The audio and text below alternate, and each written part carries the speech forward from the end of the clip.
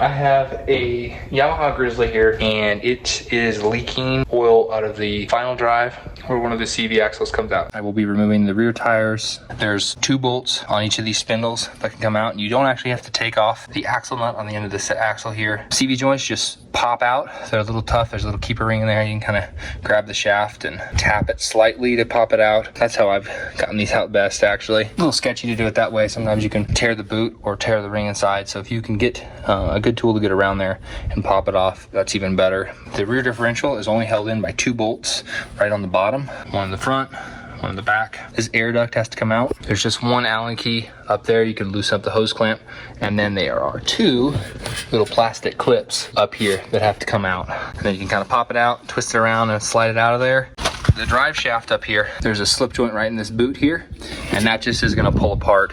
You're not gonna have to worry about anything holding that together. And then there's this little brake lever here. I always mark it so that you can get it back in the same place. The bolt slides all the way out, and then this lever slips off. That's all I have to do to pull the final drive out, and then I can get looking at those seals.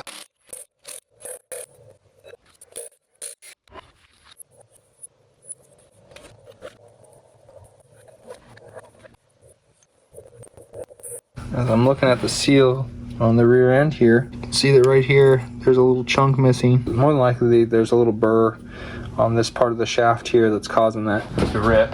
Sure enough, looks like a little rock's fallen in there and maybe chingered up right through there. That's my best guess. Everything else on here looks really good, nice and smooth. I'm gonna clean up these burrs and install a new seal. And as far as popping out the seal goes, I'm just gonna take a screwdriver, hit this side with my palm. Oh, there she goes. Here's a little trick for putting the seal in.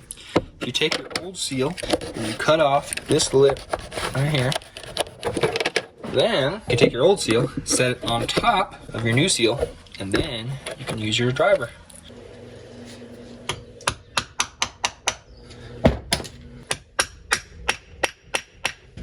Hear that change in sound?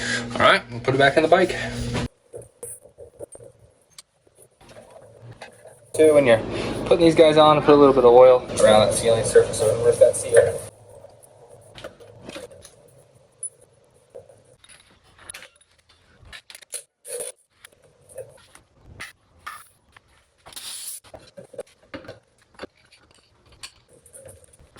That's going to do it for the final drive axle seals on this. Thanks for watching.